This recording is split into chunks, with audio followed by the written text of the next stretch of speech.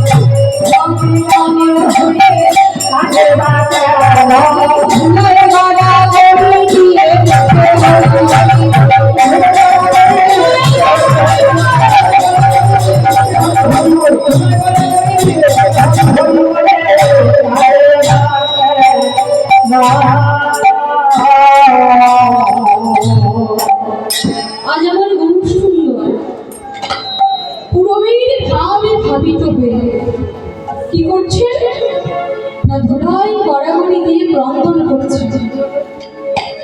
আচ্ছা আমরাও তো কাঁদি বাবা, আমরা কাঁদি কেন কাঁদি কি বলছেন জানেন মা? বলছে তোমরা কেঁদেছ বিষয় ভাবে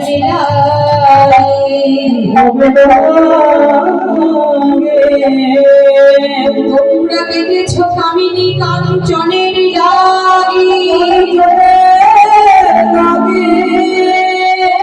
কেঁদেছ লাভ পূজা প্রতিষ্ঠার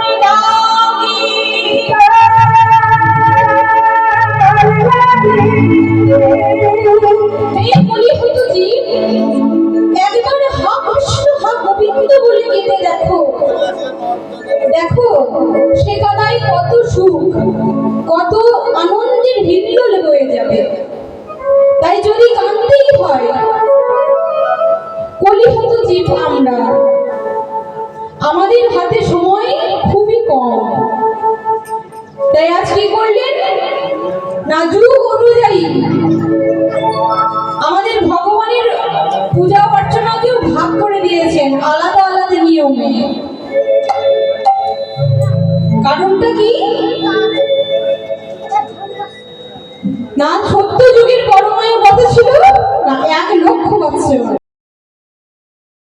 তাই কত ছিল 10,000 বছর, দাপরে 1,000 বছর।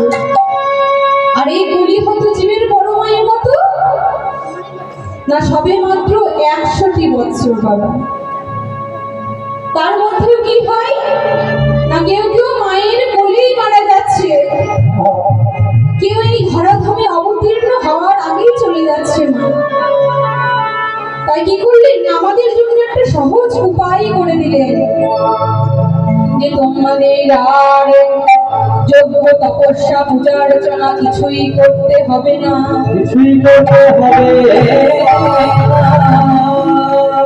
কি করবে জানো? এই যে অনর্বিত গোলকের ধনে আমি এনে দিলাম,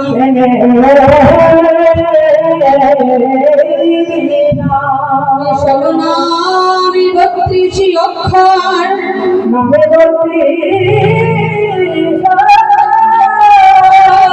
কৃষ্ণ হরে কৃষ্ণ কৃষ্ণ কৃষ্ণ হরে হরে, হরে রাম হরে রাম, রাম রাম হরে হরে।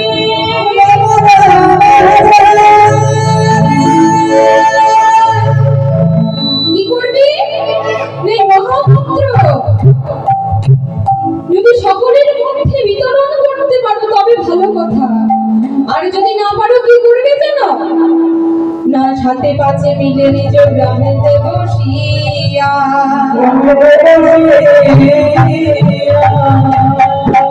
নামে করো সবে করতালি।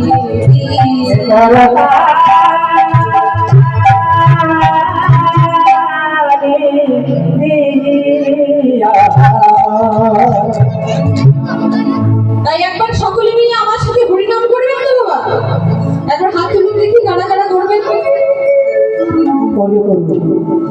ঠিক আছে, একবার সকলে মনে এই মহামন্ত্র জপ করি।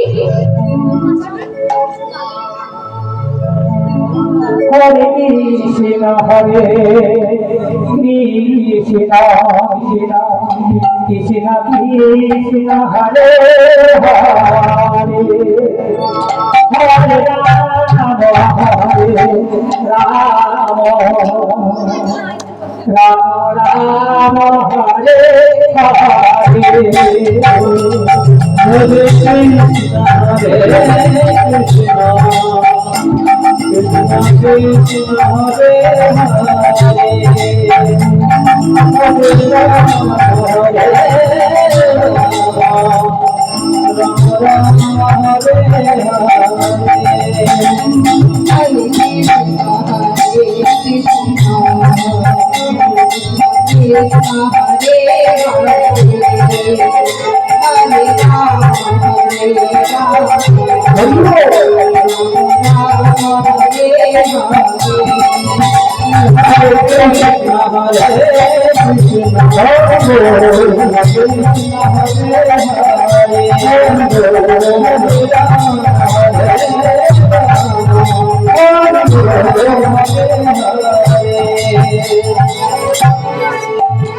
এই মহামন্ত্র জপ করলে কি হবে না? ত্রিতাপ জ্বালা দূরে যাবে। কি কি? আধি ভৌতিক, আধি দৈবিক আর আধ্যাত্মিক। আর কি হবে মা? কিছু লাভ আছে। কি লাভ? কাঁদিলে কৃষ্ণ নিকটে হবে,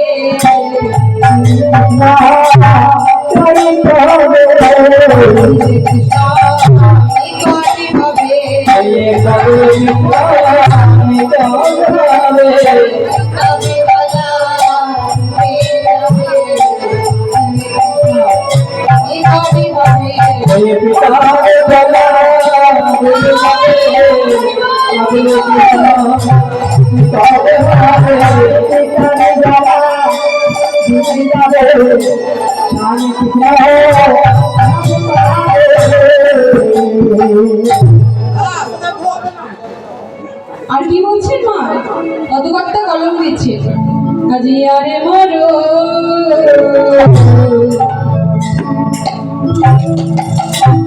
আরে মরো,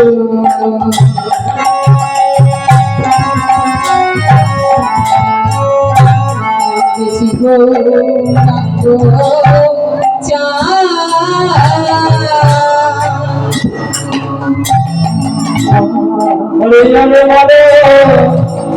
হরে হরে মনো হরে শিব রাম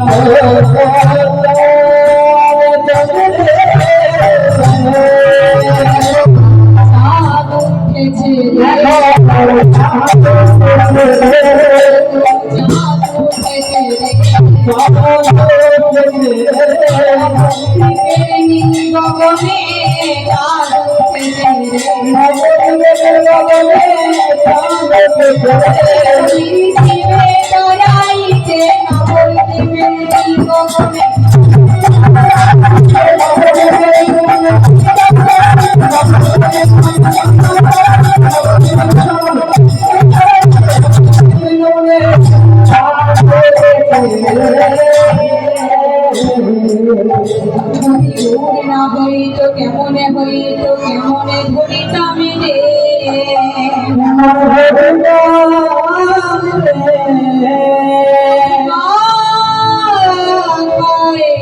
হরিনা জগতে বিলাইত বাকে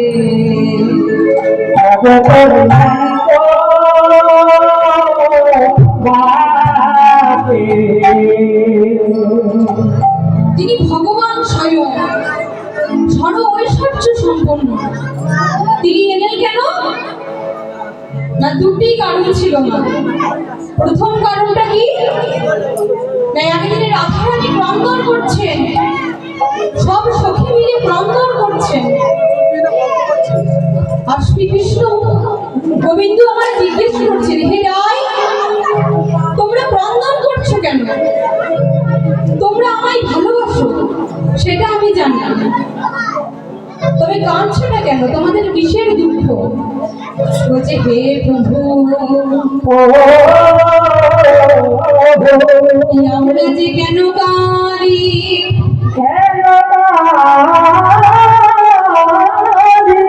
আমরা কেন কাঁদি, তোমার জন্য কিসের এত বিরহ, তা তো আমি বুঝতে পারবে না। কেন জানো? আমাদের নয়নের যখন এই একখানি পলকে পড়ে, তখনই আমাদের মনে হয় আমরা যেন কত যুগ তোমায় দেখিনি। তাই সেই বিরহে আমরা ক্রন্দন করি। আর এই ভাব যদি তোমায় বুঝতে হয় প্রভু, তবে কি করতে হবে জানো? এই রাজবেশ পরিধান করে জগতের রাজা হয়ে তুমি এই জ্ঞানে কখনো পাবে না। তবে তোমায় কি করতে হবে না, তুমি জানতে হলে তোমায় ভক্ত হতে হবে। তাই সেদিন গোবিন্দ বলেছিলেন, ওই ছাড় তুয়া প্রেমা, ওই ছাড়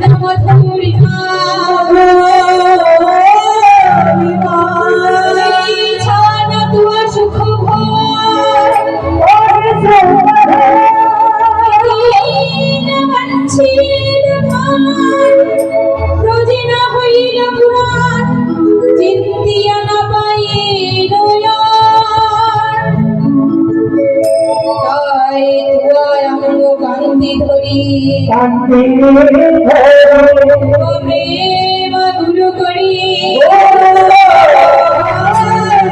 উদয়, হইব উদয়,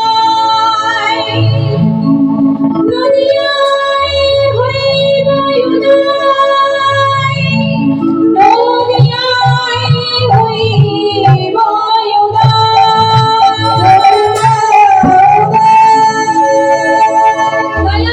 সুন্দর সেই কথা রাখার জন্য এই ধরাধামে অবতীর্ণ হয়েছেন, যার কথায় এই জগৎ সংসার চালিত হয়, যার এই একটি রূপের মধ্যে সমস্ত জগৎ বিরাজমান। তার কিসের দরকার ছিল মা এই ধুলাই গড়াগড়ি দিয়ে কত বিধুর মেয়েদের মার খেয়ে এই হরিনাম যজ্ঞ করার?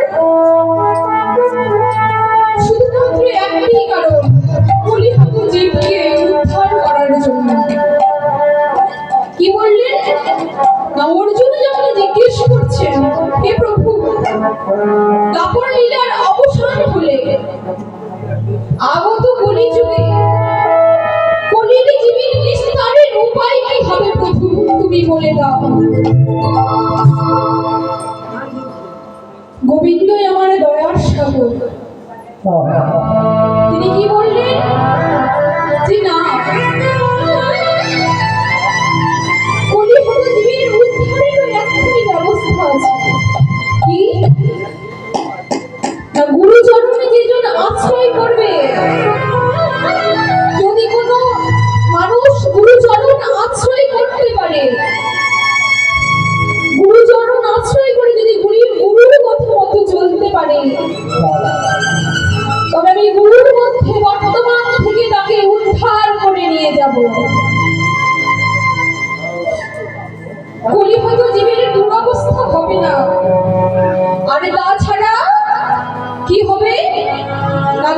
কলিতে এমন একখানি সময় আসবে বাবা,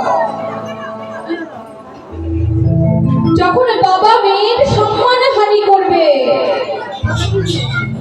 যখন ব্রাহ্মণে বেদ বিক্রি করে খাবে, শকুনের পাখনায় বেদ বাক্য লেখা থাকবে,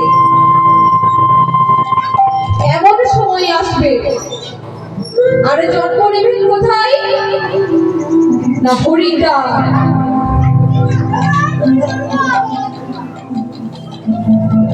আর তিনি বললেন, কলিকি অবতার হয়ে ঘোর কলিতে এসে আমি আবার সকলকে উদ্ধার করে যাব, এই কলির অবসান ঘটাবো, আবার পুনর্যুগের সূচনা করব।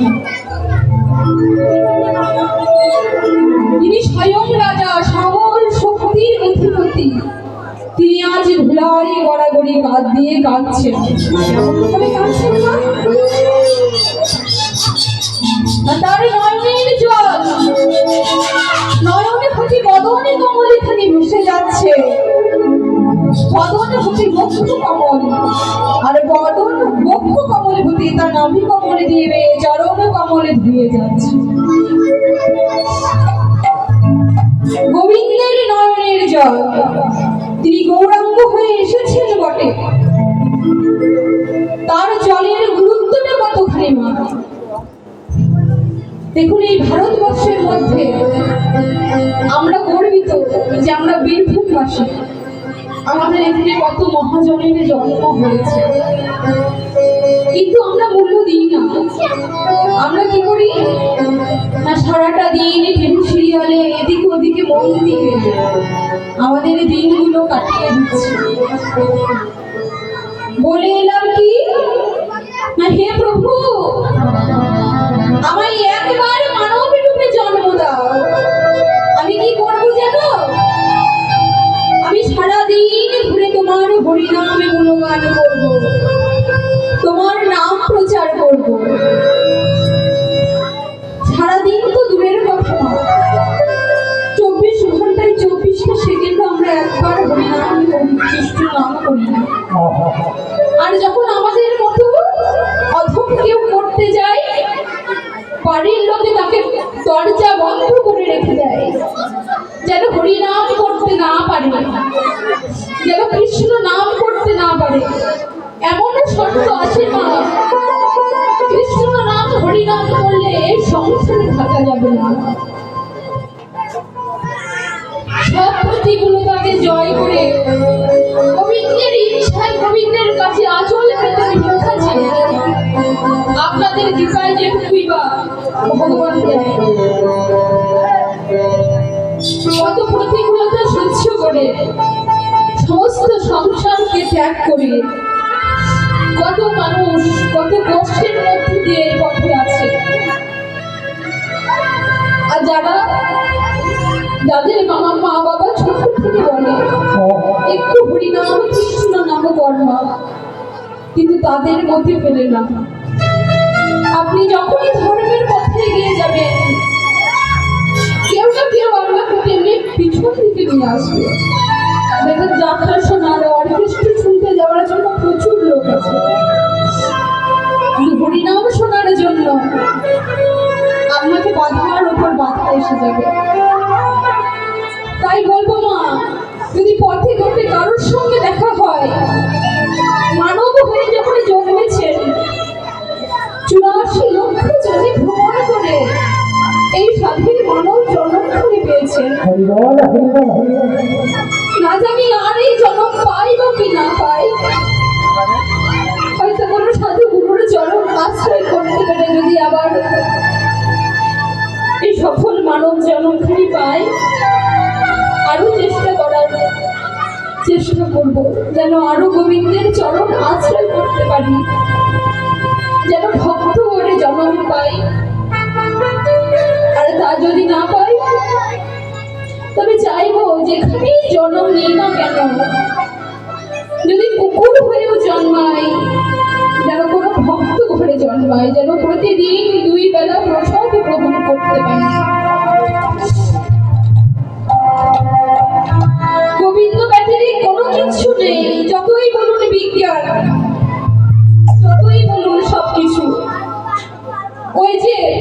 পুরীর ধ্বজাটা আজও কি কেউ পারবে হাওয়ার সোজা দিকে উড়িয়ে দিতে? থাম চারটি যতই দীঘায় মন্দির স্থাপন হোক, সেটা মন্দির, সেটা ধাম নয় বাবা।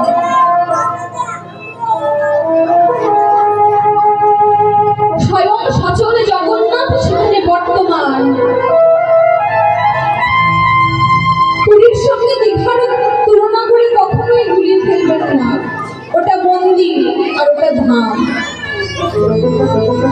ওই মন্দিরের ছায়া পড়ে, আর পুরীর মন্দিরের কোনো ছায়া কোনো জায়গায় আপনি দেখতে পাবেন না। ওখানে স্বয়ং ভগবান, স্বয়ং ভগবানের নাভিকুণ্ড থেকে যে দারুবৃক্ষের সৃষ্টি, সেই দারুবৃক্ষ থেকে জগন্নাথ ধাম তৈরি হয়েছে, জগন্নাথের মন্দির তৈরি হয়েছে, আলেখ্য তৈরি হয়েছে আমাদের ভাষায়। কৃষ্ণ বিনা এই জীবনে কিছুই নেই। তাই যতটুকু পারবেন সংসারে থেকে গৃহকর্ম করে গোবিন্দের চরণে মনটাকে দিয়ে দেবেন মা।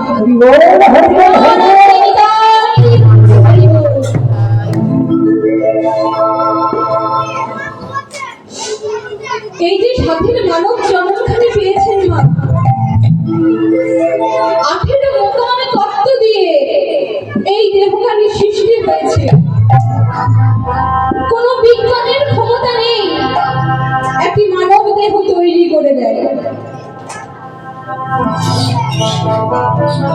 টেস্ট টিউব বেবি তৈরি করতে পারলেও শুক্রাণু তৈরি করার ক্ষমতা কোনো বৈজ্ঞানিকের নেই।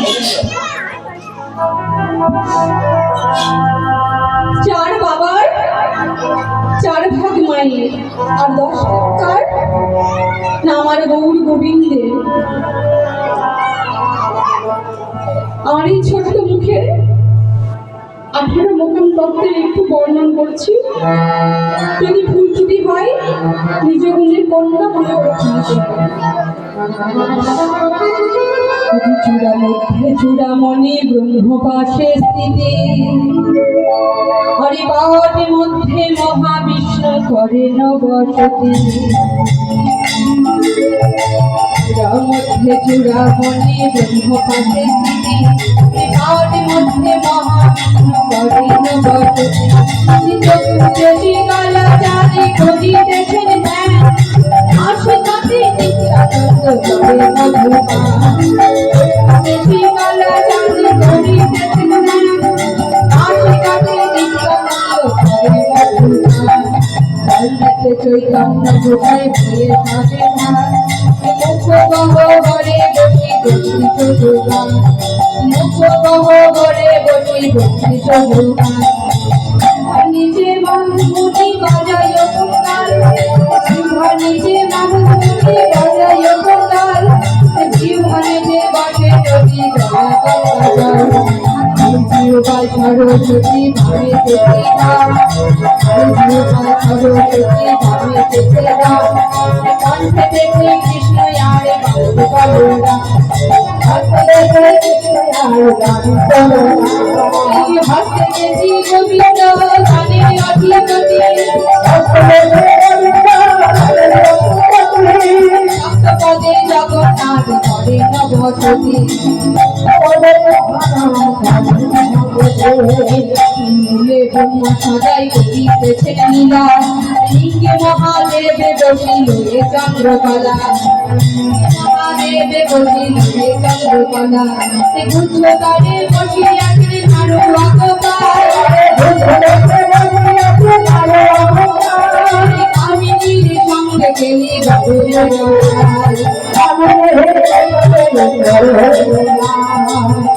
ছোট তত্ত্ব কথা শুনগায়, এই সব তত্ত্ব কথা শুনিলাম নয়। এই সব তত্ত্ব কথা শুনিলাম নয়। পিরাফের মোকামে তত্ত্ব যেই যত জানে, ঘর লোকে দুঃখ কাজে দেখে লোকে মানে।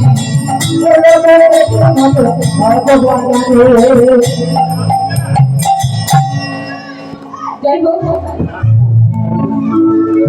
কি বলছে না চূড়া মধ্যে চূড়ামণি ব্রহ্ম পাশে স্থিতি, আর বাট মধ্যে মহাবিষ্ণু করেন বসতি। চক্ষুতে শ্রী কালাচাঁদ করিতেছেন ধ্যান, নাসিকাতে নিত্যানন্দ করে মধুপান। কর্ণেতে চৈতন্য গোসাই হয়ে সাবধান, মুখগহ্বর করে বসি ৩২ যোগান।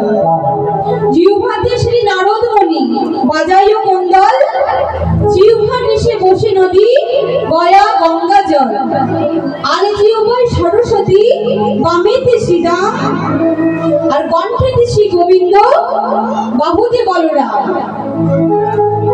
করেতে শ্রীকৃষ্ণ দানের অধিপতি, আর সপ্তপদে বাস করে জগন্নাথ।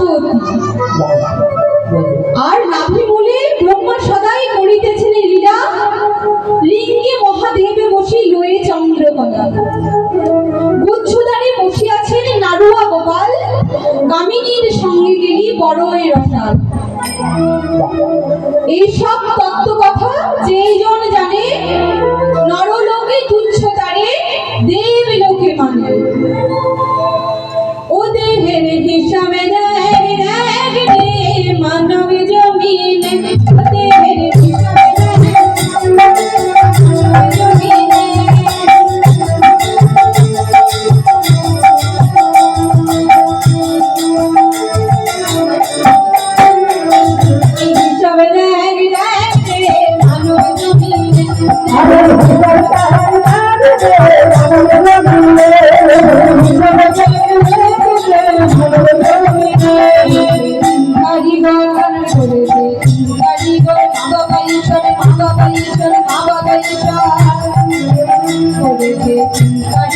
টানা দিয়ে নিয়ে সামনে একবারে ও দেহে হিসাবে